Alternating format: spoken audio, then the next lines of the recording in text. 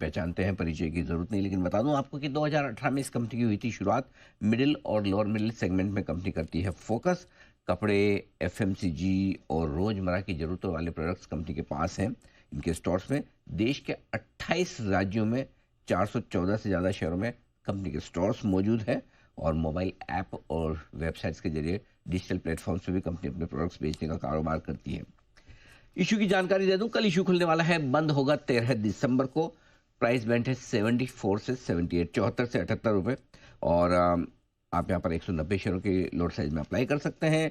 Issue size जो है वो है 8,000 करोड़ का, और पूरा का पूरा ऑफर फॉर सेल, यानी कि एग्जिस्टिंग इन्वेस्टर्स जो है वो इस इशू में अपना हिस्सा बेच रहे हैं।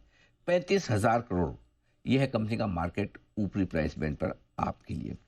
मुलाकात करते हैं कंपनी के एमडी और सीईओ गुनेंद्र कपूर साहब हमारे साथ कार्यक्रम में हो रहे हैं शामिल, हमारे स्टूडियो में है। आपने बिट्स से इंजीनियरिंग ऑनर्स में बैचलर्स की डिग्री हासिल की है। दिल्ली यूनिवर्सिटी से कपूर साहब ने एमबीए की डिग्री हासिल की है। कंज्यूमर और रिटेल सेगमेंट में मैनेजमेंट और साथ ही साथ इन्वेस्टमेंट्स का, दोनों का 40 साल से ज़्यादा लंबा गहरा अनुभव कपूर साहब रखते हैं। और देश और दुनिया की दिग्गज कंपनियों के साथ काम करने का भी एक्सपीरियंस है आपको। हिंदुस्तान यूनिलीवर, नाइग्रा और रिलायंस जैसी दिग्गज कंपनियों के साथ आप जुड़े रहे हैं लंबे समय तक। कपूर साहब, बहुत बहुत स्वागत है आपका, धन्यवाद हमें समय देने के लिए, और सबसे ज़्यादा धन्यवाद स्टूडियो में आने के लिए। आपका आईपीओ कल से खुलने जा रहा है। सबसे पहले सर, वैसे तो हम जानते हैं विशाल मेगावाट क्या करता है क्या नहीं, लेकिन फिर भी आपके मुंह से सुनना चाहते हैं एग्जैक्ट बिजनेस मॉडल क्या है कंपनी का, फोकस क्या है? फोकस जो आपने बताया बिल्कुल वही है। मिडिल और lower middle income group India की कंज्यूमर्स की महत्वाकांक्षाओं को, एस्पिरेशंस को अफोर्डेबल कराना जी। जैसा कि आप जानते हैं कि अभी इंडिया में इंटरनेट की पेनिट्रेशन करीब करीब 1 बिलियन हो गई है, यानी कि 100 करोड़। तो उसका एक कॉन्सिक्वेंस ये होता है कि जो लेस एफ्लुएंट कस्टमर्स हैं उनकी और मोर एफ्लुएंट कस्टमर्स की एस्पिरेशंस कन्वर्ज कर रही हैं, क्योंकि उनका एक्सपोजर एग्जैक्टली सेम है, सेम वेबसाइट्स पे जाते हैं, सेम चीज़ें देखते हैं। पर मिडिल और lower middle income group customers के लिए अफोर्डेबिलिटी अभी भी इशू है। तो हमारा पूरा फोकस इस बात पे है कि हम एक बहुत ही प्रोसेस ड्रिवन वे में उनकी एस्पिरेशंस पता करें, हर दिन, हर हफ्ते, हर महीने, और उनको अफोर्डेबल बनाएं। और हमारे दर्शकों को बताऊं, गुनेंद्र कपूर साहब अपने शॉर्ट फॉर्म में वो बुलाना ज़्यादा पसंद करते हैं जीके, तो मैं जीके सर आपको बोलूँगा। सर वैसे तो आप cash rich and debt free हैं, राइट? कंपनी में पैसे की कोई कमी नहीं है, इसलिए आप शायद ऑफर फॉर सेल इसीलिए कर रहे हैं, कोई फ्रेश इशू कंपनी में नहीं जा रहा, पैसा कंपनी में नहीं जा रहा। जी। लेकिन अगर इतनी बढ़िया कंपनी है, प्रॉफिटेबल है, कैश रिच है, डेट फ्री है, तो प्रमोटर 8,000 करोड़ का स्टॉक बेच रहे हैं, क्यों सर? मैं होता तो बेचता ही नहीं सर। वैसे बहुत बहुत शुक्रिया अनिल जी। पर मैं बताऊं, हमारी कंपनी के जो प्रमोटर हैं साम्यात एलएलपी, उनका अभी 98% शेयर है। अच्छा। हाँ, तो वो 98% से डाइल्यूट करके करीब करीब 77% पे ले के आ रहे हैं। जैसा आप जानते हैं, हमारे major investors private equity firms हैं, और उन्होंने कंपनी में again as you rightly said कि 2018 में प्रवेश किया था, तो वो अपनी थोड़ी सी स्टेक डाइल्यूट कर रहे हैं, पर they will continue to be the promoters. वो आगे चल के भी प्रमोटर्स रहेंगे और लॉन्ग टर्म में भी कंपनी में इन्वेस्टेड रहेंगे। इशू के बाद भी 76% तो उनकी है, 77 वो भी करीब काफी है, कम नहीं। बिल्कुल ठीक बात है। अच्छा सर, जैसे आपके स्टोर्स तो हैं देश भर में, आजकल कंपटीशन जो चलता है वो डिजिटल प्लेटफॉर्म से चलता है। जी। एप्स हैं, ई कॉमर्स प्लेटफॉर्म है, क्विक कॉमर्स है, तो वो उसको कैसे हैंडल करना है, कि क्या स्ट्रेटेजी है आपकी? अनिल जी, दो चीज़ें मैं आपसे बताऊंगा। पहली चीज़ तो ये कि हमारा जितना टोटल रेवेन्यू है उसमें से 73% हमारे खुद के ब्रांड्स हैं। ओके। जो हमने डेवलप किए हैं, उसी के द्वारा हम लोगों की एस्पिरेशंस को अफोर्डेबल बनाते हैं। करेक्ट। तो वो जो ब्रांड है वो सिर्फ हमारे स्टोर और हमारे डिजिटल प्लेटफॉर्म पे अवेलेबल है। दूसरी चीज, क्विक कॉमर्स के लिए स्पेशली हमने लास्ट ईयर से एक पायलट शुरू किया हुआ था। ओके। और उसके अच्छे परिणाम आ रहे थे हमारे पास, तो उसका अभी हमने रोल आउट शुरू कर दिया है।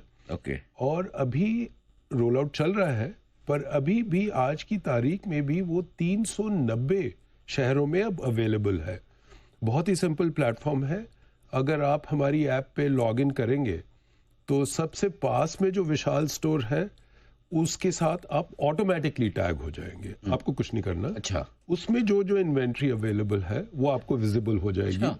और अगर आप उसमें से ऑर्डर प्लेस करें, चाहे अपैरल हो, चाहे एफएमसीजी हो, चाहे जनरल मर्चेंडाइज हो, अगर आप चाहें तो 2 घंटे के अंदर अंदर हम आपको वो डिलीवर कर सकते हैं। अच्छा। और अगर आपका ऑर्डर 300 रुपये या उससे अधिक हो तो वो डिलीवरी भी आपको फ्री में मिलेगी। ओके। अगर उससे कम होगा तो आपको 29 रुपीज़ की डिलीवरी कॉस्ट लगेगी।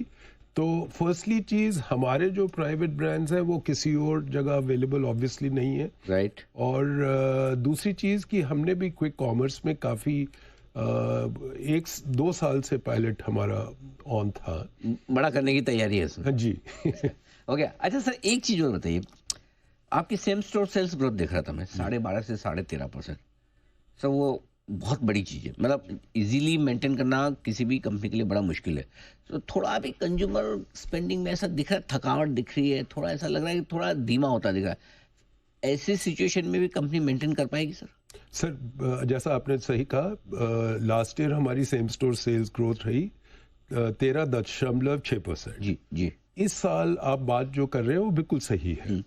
पर इस साल फर्स्ट हाफ में भी हमारी सेम स्टोर सेल्स ग्रोथ 12.5% रही। ओके। तो पूरी कोशिश है और पूरा कॉन्फिडेंस है, क्योंकि हमारे जो प्रोडक्ट्स हैं उनका उद्देश्य ही यही है कि लोगों की एस्पिरेशंस को अफोर्डेबल बनाया जाए। तो कठिन समय में भी इनफैक्ट वो और ज़्यादा ज़रूरी हो जाता है लोगों के लिए। लेकिन सर आपने एक अच्छी चीज़ कही कि भाई मेरा 72% रेवेन्यू तो मेरी ब्रांड से ही आ रहा है, राइट, जो मेरे प्लेटफॉर्म है।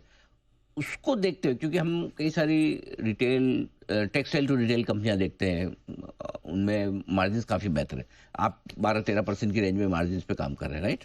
नहीं सर, मेरा ग्रॉस मार्जिन है 28%। हाँ, ग्रॉस और नेट और एबिटा मार्जिन है 14%। 14% का। जी। क्या आपकी खुद की सेल्स इतनी है तो मार्जिन और बेहतर नहीं होने चाहिए? या कोई दूसरे सेगमेंट है जहां पर मार्जिन आपके थोड़े कम हो जाते हैं?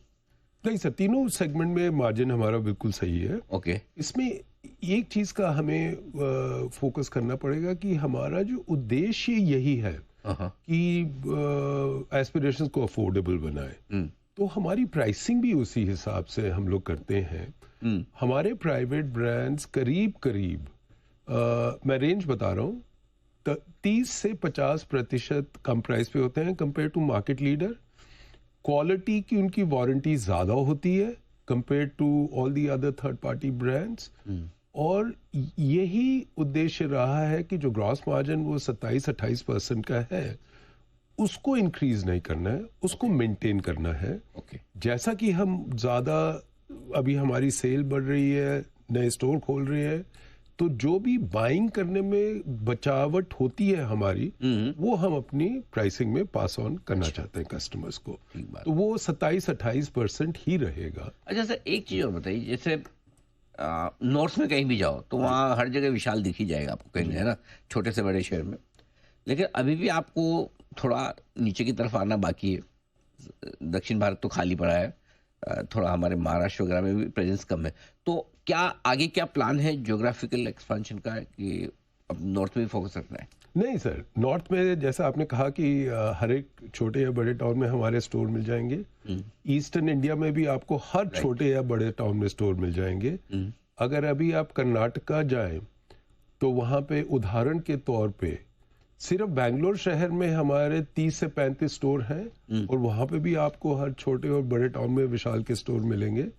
आंध्र प्रदेश में भी मिलेंगे, तेलंगाना में भी मिलेंगे। अभी स्टोर खोलने का काम चल रहा है केरला में, और उसके बाद सिर्फ 3 राज्य बचे हैं जहां पे हमको अपना एक्सपेंशन करना है। वो है तमिलनाडु, गुजरात और महाराष्ट्र। तो बहुत ही जल्दी देखेंगे आप यहाँ पे। वहां पर भी सर स्ट्रेटेजी वही है, वही Tier 2 Tier 3 सिटीज में? Tier 1 Tier 2 Tier 3। और पैसे मतलब एक्सपेंशन करने के लिए पैसे लगेंगे सर? सर उसके लिए तो देखिए, हमारी बैलेंस शीट में भी अभी हम टोटली डेट फ्री हैं। बैलेंस शीट में भी करीब 700 करोड़ रुपए हमारे पास हैं। तो हमारे पास ग्रोथ के लिए सफिशिएंट है। हाँ, कोई फाइनेंशियल कंस्ट्रेंट अभी नहीं है और काफ़ी एक्साइटेड है अबाउट द फ्यूचर ग्रोथ। अच्छा, एक चीज़ और पूछना था आपकी, जो मेरे पास जानकारी करीबन करीबन 26 ब्रांड्स है। जी 26 में से 19 ब्रांड आपकी ऐसी जो 100 करोड़ रुपए से ज़्यादा की सेल्स कर रही है, जी राइट? क्या आपके लगभग सारे ब्रांड्स प्रॉफिटेबल है स्टैंड अलोन अगर ब्रांड्स के लिहाज से देखें तो? यस सर, पूरे ब्रांड्स प्रॉफिटेबल है। आपने बोला 1900 करोड़ से अधिक हैं, हाँ, 500 करोड़ से भी अधिक है, अच्छा। प्लस 6 हैं, वो 19 का भाग नहीं है, 19 प्लस 6, और उनमें से एक तो अब 1000 करोड़ के करीब है। तो यही प्राइवेट ब्रांड्स हैं जिनका मैं बोल रहा था कि टोटल कंट्रीब्यूशन रेवेन्यू में करीब 73% का भी है। एक चीज़ और, क्या वाकई में इतनी 26 ब्रांड रखने की ज़रूरत है? मतलब जैसे सपोज मैं कंज्यूमर, मुझे याद रखना मुश्किल है या कि कौन सी विशाल की ब्रांड है कौन सी नहीं, तो क्या वजह है इतनी सारी अलग अलग ब्रांड्स? मैं आपको 2 या 3 उदाहरण देता हूँ। जी। जैसे लेडीज एथनिक यानी कि कुर्ता फ्यूजन सेट्स में हमारा ब्रांड है पिंक अलमीरा। ओके, ठीक है। अब उसी तरीके से बहुत छोटी गर्ल्स के लिए, बेटियों के लिए ब्रांड है हैंड प्रिंट। ओके, क्योंकि वो उनकी जो मर्चेंडाइज की जो हैंड राइटिंग है वो बिल्कुल डिफरेंट है। उसी तरीके से बहुत छोटे बच्चों के लिए, किड्स इन्फेंट के लिए ब्रांड है येलो हिप्पो।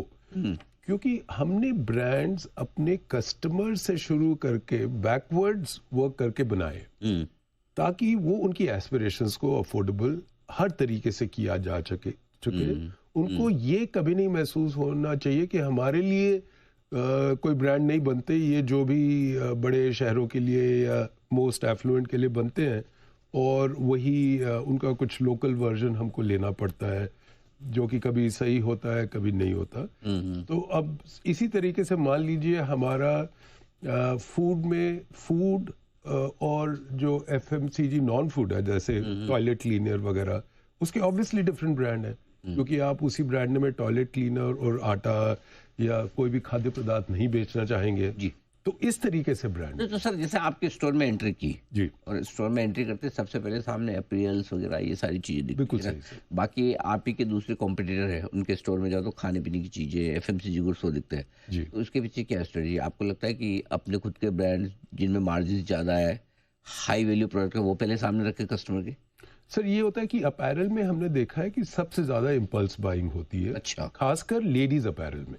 ओहो, क्योंकि अनलाइक आपके और मेरे तरीके से हम लोग एक मन बना के जाते हैं हाँ, कि यही आज लेना है। एक चीज लेनी है। हाँ, लेडीज में अक्सर देखा गया है कि वैसा नहीं होता। ओके, जब उनको जो चीज पसंद आती है वो करेक्ट। वो उनको खरीदते हैं। इसीलिए आप देखेंगे कि ग्राउंड फ्लोर पे लेडीज अपैरल से शुरू किया जाता है। मतलब ये सब स्टडी वगैरह करवाई है आपने? जी रिजल्ट भी दिख रहा है। यही काम करते हैं। मजा आ गया जी सर आपसे बातचीत करके और आपकी कंपनी के बारे में समझ के। कल आपका आईपीओ खुलने जा रहा है, बहुत बहुत शुभकामनाएं।